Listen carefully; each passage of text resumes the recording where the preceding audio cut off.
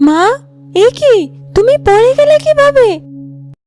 এ কি মা, তোমার শরীর তো জ্বরে পুড়ে যাচ্ছে। কি বলছিস এসব? এতদিন হয়ে গেল, ওই পারু কিছু করতে পারলো না। ওকে এখনই খবর দে। কাঁদিস না মা, আমরা কেউই চিরকালে পৃথিবীতে বেঁচে থাকবো না। ওই রূপার মা মরে গেছে। এখন ও নিশ্চয়ই মানসিকভাবে অনেক ভেঙে গেছে। এখনই সময়, আমাদেরকে এই সুযোগের সদ্ব্যবহার করতে হবে। রূপা মেয়েটার জন্য একটু খারাপ লাগছে। কেন খারাপ লাগছে কেন? ওর জন্য তোমার এত দরদ কিসে? কথাটা যেন তোমার মনে থাকে মা।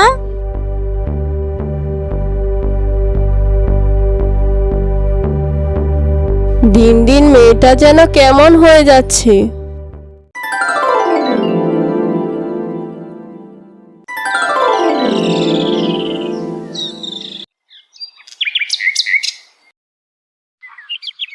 রূপা, রূপা মা আমার, ওঠ। হ্যাঁ মা, উঠছি, আর একটু ঘুমাই। রূপা ঘুম থেকে উঠে তার মাকে চারদিকে খুঁজতে থাকে, কিন্তু রূপা তার মাকে কোথাও দেখতে পায় না। ফলে রূপা বুঝতে পারে সে স্বপ্ন দেখছিল, যার কারণে সে মন খারাপ করে। মা, মা তো এখানে নেই। অনেক বেলা হয়ে গেছে। মা থাকলে কত সুন্দর করে আমায় ডেকে দিত সকালে। মা, তুমি কেন আমাকে ছেড়ে চলে গেলে? না না, আমি আর কাঁদবো না। মা যদি দেখতে পায় আমি কাঁদছি, তাহলে মা অনেক কষ্ট পাবে। আমাকে আমার মায়ের স্বপ্ন পূরণ করতেই হবে।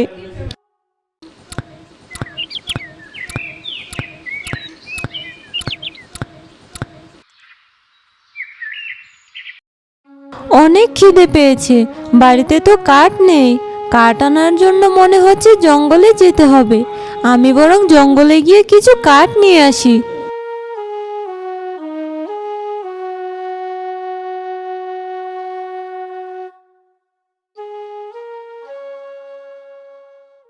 এই তো সুযোগ। মেয়েটাকে দেখছি বাড়ি থেকে কোথাও যেন যাচ্ছে। এই সুযোগটাই আমাকে কাজে লাগাতে হবে। পারু তো বলেছিল নিম ফুলটা তো ঘরেই রাখা আছে।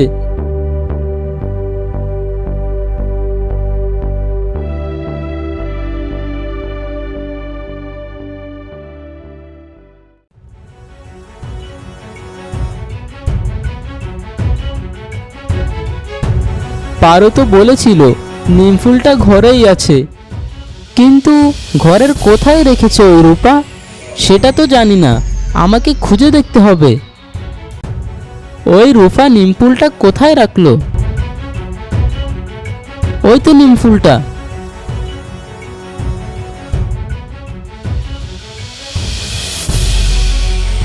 নিম ফুলটা একবার ধরে দেখি তো। এ কি, আমি তো এই নিম ফুলটা ধরতে পারছি। তার মানে আমিও সৎ। তার মানে আমিও সৎ মানুষ। হা হা হা, হয়েছে। আর দেরি করা যাবে না। ওই রূপা আবার চলে আসবে, তখন হবে আরেক বিপদ। এখান থেকে তাড়াতাড়ি কেটে পড়তে হবে।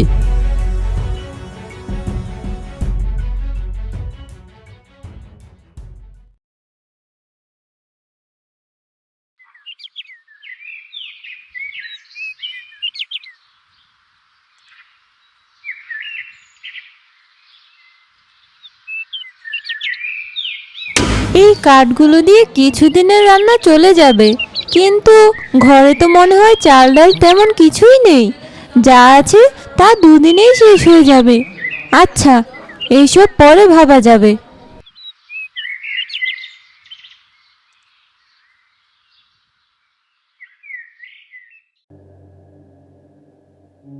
মাকে ছাড়া কিছুই ভালো লাগছে না। রূপা মন খারাপ করে ঘরের ভিতরে আসে। কিছুক্ষণ পর রূপার চোখে পড়ে টেবিলের উপরে রূপা যে নিম ফুলটা রেখেছিল সেটা আর সেখানে নেই। এ কি, নিম ফুলটা তো আমি টেবিলের উপরেই রেখেছিলাম, কিন্তু নিম ফুলটা কোথায়? খুঁজে দেখি তো নিচে পড়েছে কিনা। নিম ফুলটা তো কোথাও পাচ্ছি না। নিম ফুলটা কোথায় যাবে? আমি তো জঙ্গলে যাওয়ার আগেও নিম ফুলটাকে দেখে গিয়েছিলাম, কিন্তু এখন খুঁজে পাচ্ছি না কেন। কেউ নিম ফুলটা চুরি করেনি তো? আমাকে এখনই নীল পাখিকে ডাকতে হবে। নীল পাখি, নীল পাখি, নীল পাখি। হ্যাঁ রূপা, বলো।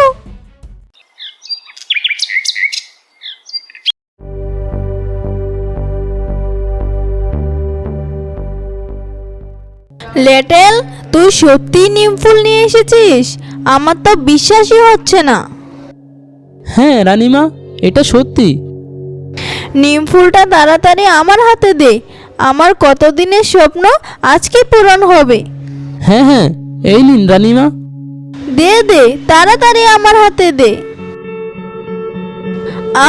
এই নিম ফুলের জন্য আমাকে কত কষ্ট করতে হয়েছে, আজকে সব কষ্টের অবসান ঘটেছে। এই নিম ফুলটা খেয়ে এবার আমি শক্তিশালী আর সবচেয়ে সুন্দরী হয়ে যাব। হা হা হা।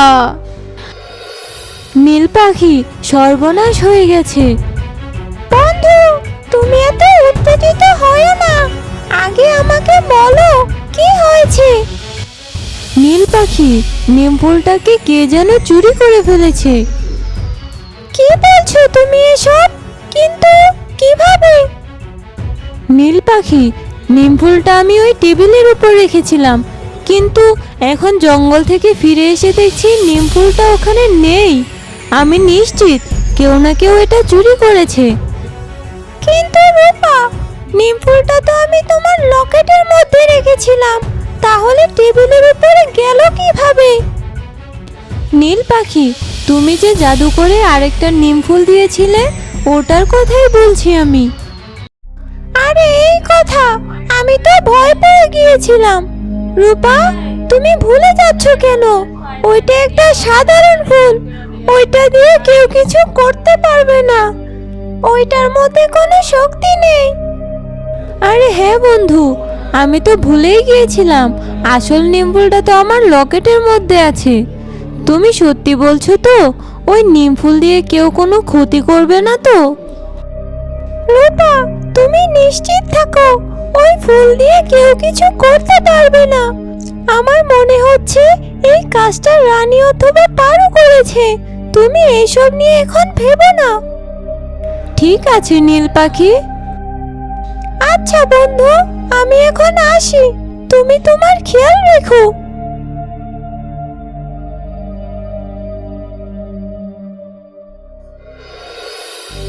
আমার কি যে আনন্দ লাগছে, আমি তোকে বলে বোঝাতে পারবো না লেটেল। এই নিম ফুলের জন্য আমাকে কত কষ্ট করতে হয়েছে। বারবার নিম ফুলটা পেতে পেতেও আমি হারিয়েছি, এবার আর হারাতে দেব না। রানীমা, আপনাকে খুশি দেখলে আমারও ভালো লাগে। আপনার সব কষ্টের অবসান ঘটেছে আজকে। কিন্তু লেটেল, ওই সাধু বাবা তো বলেছিল আমরা নিম ফুল ধরতে পারবো না, কিন্তু এখন তো ভালোই ধরতে পেরেছি, কোনো সমস্যাই হচ্ছে না। তাহলে সাধু বাবা কি আমাদের সাথে মিথ্যা কথা বলেছে?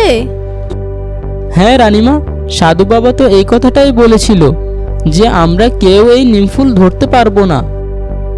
আচ্ছা লেটেল, ওইসব বাদ দে, নিম ফুল এখন আমার হাতে, আমার থেকে কেউ নিম ফুল কেড়ে নিতে পারবে না।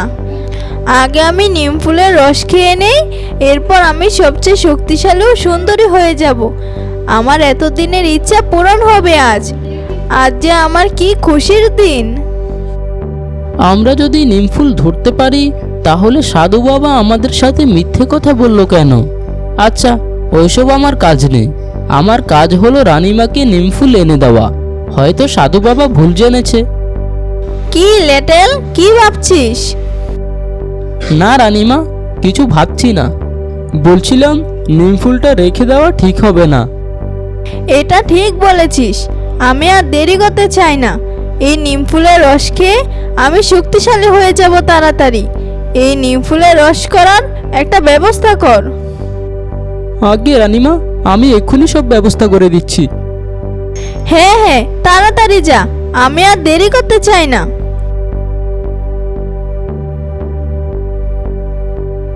এই নিম ফুলের রসকে আজ থেকে আমি অনেক সুন্দরী হয়ে যাব। শুধু এই রাজ্যের নয়, পুরো পৃথিবীর সবচেয়ে শক্তিশালী ও সুন্দরী রানী হব আমি। হা হা হা।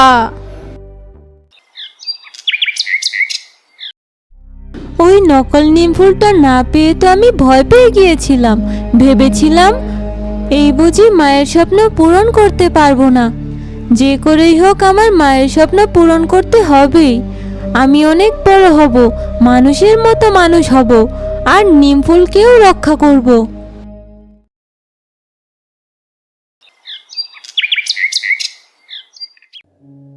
রানীমা, দেরি করবেন না, নিম ফুলের রসটা খেয়ে ফেলুন। হ্যাঁ লেটেল।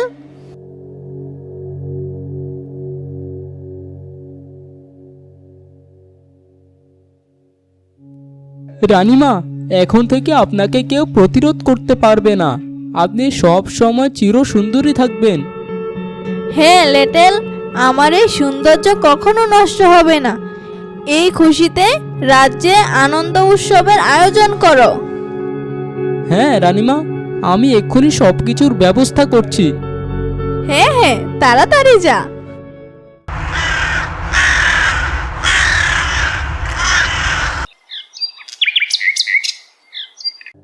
ঘরে তো খাওয়ার মতো তেমন কিছুই নেই। যা ছিল তা এতদিনই শেষ হয়ে গেছে। এখন কিভাবে চলবো, কি খাবো? রূপা ভাবতে থাকে। তারপর, আচ্ছা, এক কাজ করলে হয় না? আমি তো প্রতিদিন জঙ্গলে কাঠ কুড়াতে যাই। আমি যদি বেশি করে কাঠ কুড়িয়ে বাজারে নিয়ে বিক্রি করি, তাহলে তো কিছু টাকা পাওয়া যাবে। কোনো রকম করে চলতে পারলেই হলো। কাল থেকে আমি জঙ্গল থেকে কাঠ কুড়িয়ে বাজারে বিক্রি করব। না না, আর দেরি করব না। আজকে রাতে আমি ওই রূপাকে শেষ করে ফেলবো। ওর জন্য আমাকে পদে পদে বিপদে পড়তে হয়েছে। ওই দিন রানীমার হাতে মরতে মরতে বেঁচেছি। আবার ওই দিন উর্মিলার বাবার হাত থেকে কতগুলো মার খেয়েছি। রূপাকে আমি ছাড়বো না। আজকে রাতেই আমি ওকে শেষ করে ফেলবো।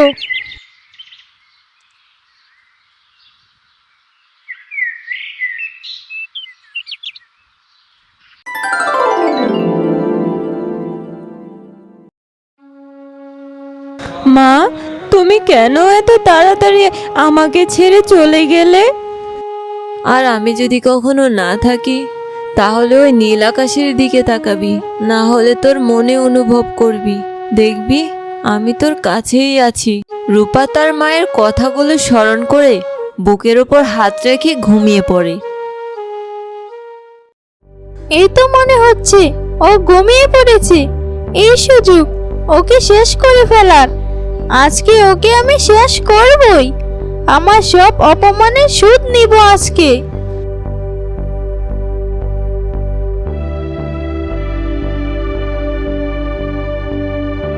আমাকে অশান্তিতে রেখে তুই এখানে শান্তিতে ঘুমাবি? তোর এই ঘুমই আজকে শেষ ঘুম হবে। কি হলো? আমার হাত নড়ছে না কেন? এটা কি হলো? ছুরিটা আমার দিকে আসছে, কিন্তু ওর দিকে যাচ্ছে না কেন? যাই হোক, আজকে আমি ওকে শেষ করেই যাব। কোনো কিছুই আমাকে আটকাতে পারবে না। পারু যখন রূপাকে আবার আঘাত করতে যায়, পারু ছিটকে দূরে গিয়ে পড়ে। ও মা গো, কোমরটা মনে হচ্ছে ভেঙে গেল। ও ওঠার আগে তাড়াতাড়ি পালাই এখান থেকে। ওকে আমি পরে দেখে নেব।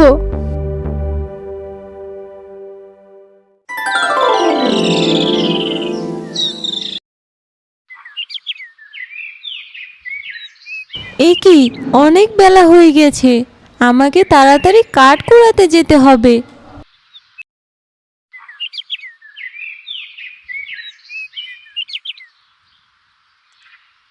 খিরে পারু, অনেক বেলা হয়ে গেছে, উঠ না এবার।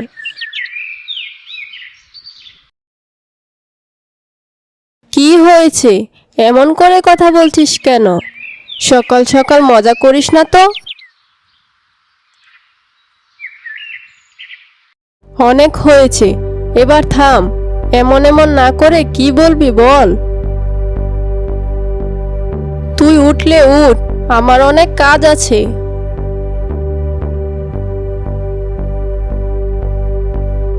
কি হলো? আমি কোনো কথা বলতে পারছি না কেন? আমার গলার আওয়াজ কেউ শুনতে পাচ্ছে না কেন? এ আমার সাথে কি হলো? জঙ্গলে খুঁজে দেখি কোনো শুকনো গাছ আছে কিনা। আজকে অনেক বেলা হয়ে গেছে, তাড়াতাড়ি কাঠ কুড়িয়ে বাজারে নিয়ে যেতে হবে।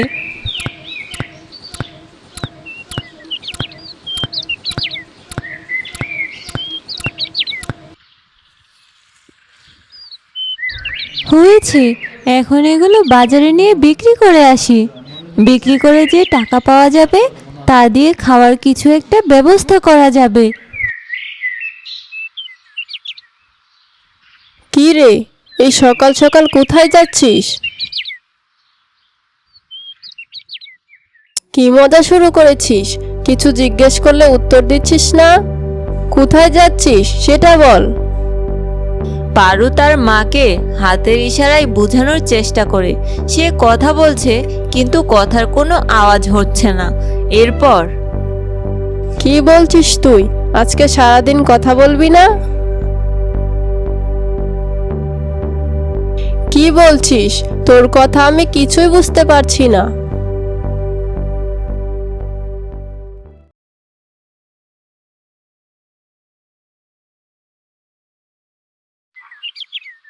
পারু, এই পারু।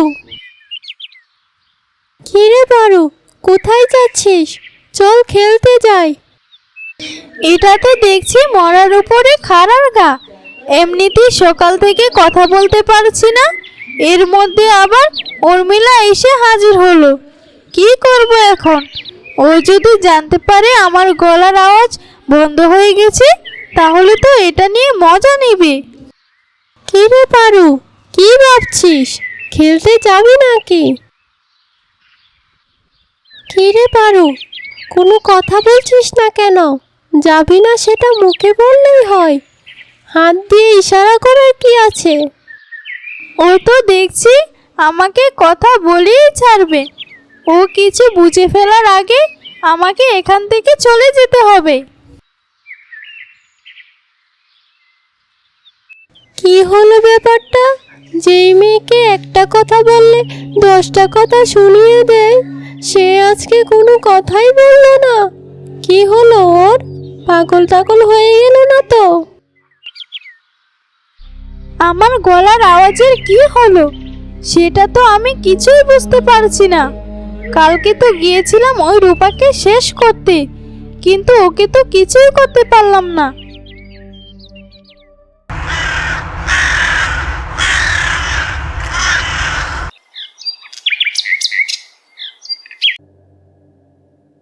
রানী, রানী, কি হয়েছে? এভাবে ডাকছো কেন? লেটেলের কাছে শুনলাম তুমি নাকি রাজ্যে উৎসব করার আয়োজন করতে বলেছ। হ্যাঁ, ঠিকই শুনেছো। কিন্তু রানী, হঠাৎ করে তোমার উৎসব করার দরকার পড়লো কেন? এখন আমি কি করব না করব সব কি তোমার কাছে জিজ্ঞেস করে করব? আমার দরকার মনে হয়েছে, তাই আয়োজন করতে বলেছি। আমি তা বলিনি, কিন্তু হঠাৎ করে উৎসবের আয়োজন করেছো কেন রানী? আমার অনেক দিনের ইচ্ছা পূরণ হয়েছে আজকে। নিমফুল শুধুমাত্র আমার হয়েছে, আর তোমাকে এত কথা বলতে পারবো না। আমার ইচ্ছে হয়েছে, তাই আমি উৎসব করব। তোমার সাহস তো অনেক বেড়েছে, তুমি আমাকে প্রশ্ন করছো। আমি আবার প্রশ্ন কোথায় করলাম? আমি তো শুধু জিজ্ঞেস করলাম। যা করেছো তা যেন আর দ্বিতীয়বার না করো। আমার যা ইচ্ছে আমি তাই করব, তোমাকে কোনো কৈফিয়ত দিতে পারবো না। এখন এখান থেকে যাও, আমার অনেক কাজ আছে। ঠিক আছে রানী।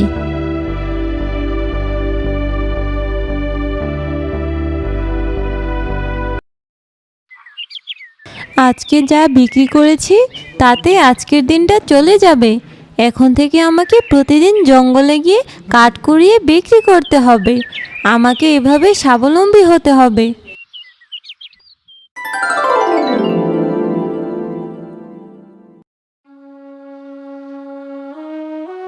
মা, রূপা, মা কাঁদছিস কেন? এই তো আমি এখানে। মা তুমি? হ্যাঁ মা, আমি তো তোকে বলেছি আমি যেখানেই থাকি সবসময় তোর সাথেই থাকবো। পাগলি মেয়ে আমার, নে খেয়ে নে তো। একদম কাঁদবি না, জানিস তো তোর কান্না আমি সহ্য করতে পারি না।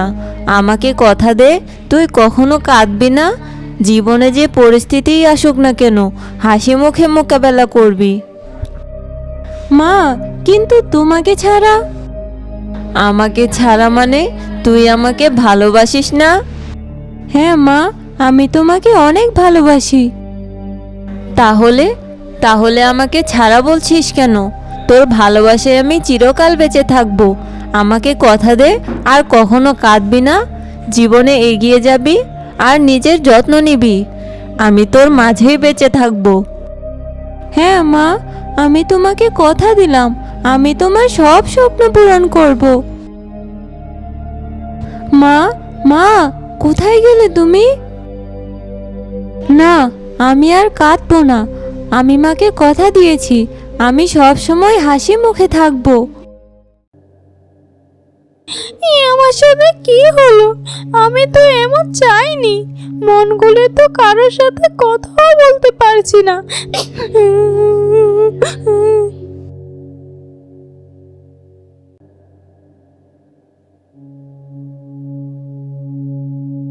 কি রে মা, কাঁদছিস কেন? কি হয়েছে তোর? কাঁদিস না মা, কি হয়েছে মার সাথে খুলে বল। পারু তার মাকে আবার হাতের ইশারায় বোঝানোর চেষ্টা করে। এরপর কি বলছিস তুই? কথা বলছিস কিন্তু তোর গলার কোনো আওয়াজ আসছে না। কাঁদিস না মা, একটা না একটা কিছু ব্যবস্থা হবেই। কালকে তোকে নিয়ে আমি কবিরাজ মশাইয়ের কাছে যাব, দেখবি কোনো না কোনো একটা ব্যবস্থা করে দিবেন উনি। এখন কান্না বাদ দিয়ে সারাদিন তো কিছুই খাসনি, খেয়ে নে।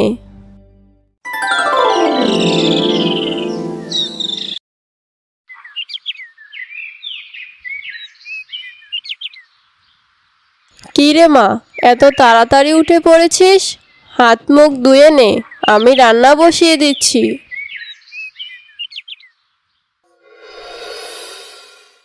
মন খারাপ করিস না মা, কবিরাজ মশাইয়ের কাছে তো যাচ্ছি, দেখবি উনি একটা না একটা উপায় ঠিকই বলে দিবে।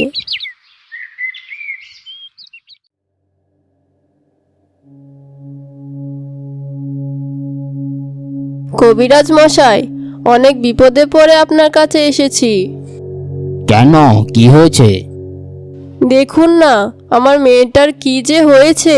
গতকাল সকাল থেকে কথা বলতেই পারছে না। কি বলছো? মনে করে দেখো তো, গরম কিছু খেয়েছিল নাকি? না কবিরাজ মশাই, ও তো গরম কিছুই খায়নি। এর আগের দিন রাতেও তো সব কিছু ঠিকই ছিল। তুমি ঠিক বলছো তো? হ্যাঁ কবিরাজ মশাই। আচ্ছা, আমি দেখছি। কি হয়েছে কবিরাজ মশাই, কি বুঝতে পারলেন? আমি তো তেমন কোনো সমস্যা দেখতে পাচ্ছি না। তাহলে? সেটাই তো বুঝতে পারছি না, সমস্যাটা যে কোথায়। এখন কি কোনো উপায় নেই আমার মেয়েকে স্বাভাবিক জীবনে ফিরিয়ে আনার? এত অধৈর্য হইও না, আমি আপাতত কিছু ওষুধ দিচ্ছি, নিয়ম করে কদিন খেয়ে দেখা যাক কি হয়। আচ্ছা ঠিক আছে, তাহলে তাই দিন। কবিরাজ মশাই, আজ তাহলে আমরা আসি। বন্ধুরা, তোমরা কি জানো তোমাদের নামও আমাদের কার্টুন ভিডিওতে থাকতে পারে? আজকের লাকি ড্রয়ে নির্বাচিত নামগুলি হলো শানু, কালকিনি থেকে রিমা, নার্গিস ময়মনসিংহ থেকে, ইতালি থেকে পিহু, ব্রাহ্মণবাড়িয়া নবীনগর থেকে মিতুল, খুলনা থেকে হালিমা, ফয়সাল গাজীপুর, সৈয়দপুর থেকে রাহিমা, ফারিদা বালুয়াঘাট, ইব্রাহিম সেকান্দারপুর থেকে শফিকুল ইসলাম, শামিমা গাজীপুর এরশাদনগর এশিয়া পাম্প থেকে, কলকাতা মুর্শিদাবাদ থেকে আসাদুল হক, আনোয়ার হোসেন, তারক সর্দার মুচিখোলা থেকে, আপনার নামসহ সেরা কমেন্টগুলি পরবর্তী ভিডিওতে দেখার জন্য এক্ষুনি গল্প বাংলা চ্যানেলটি সাবস্ক্রাইব করে আপনার নাম কমেন্টে লিখে দিন।